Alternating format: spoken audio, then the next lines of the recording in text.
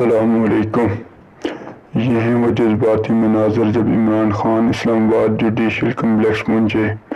جب Imran Khan judicial complex پہنچے تو عمران خان کی گاڑی پر شیلنگ کی گئی۔ عمران خان کی گاڑی کو کارکنوں نے گھیر لیا۔ عمران خان کی حفاظت کے لیے پی ٹی آئی کارکن مراد سعید پولیس والوں کے آگے چٹان ثابت ہوئے۔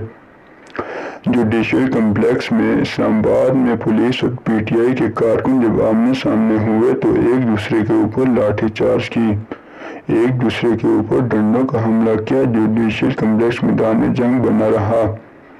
عمران خان نے کہا ہے کہ اسلام آباد سے واپسی آنا میرے لیے معجزے سے کم نہیں۔ ان لوگوں کا پلان تھا کہ یا مجھے مار دیتے یا پھر مجھے کوئٹہ جیل میں بھیج دیتے۔ سیکیورٹی خطرات کی وجہ سے عمران خان گاڑی سے باہر نہیں نکلے، گاڑی کے اندر سے ہی حاضری لگوائی اور واپس لاہور روانہ ہوئے۔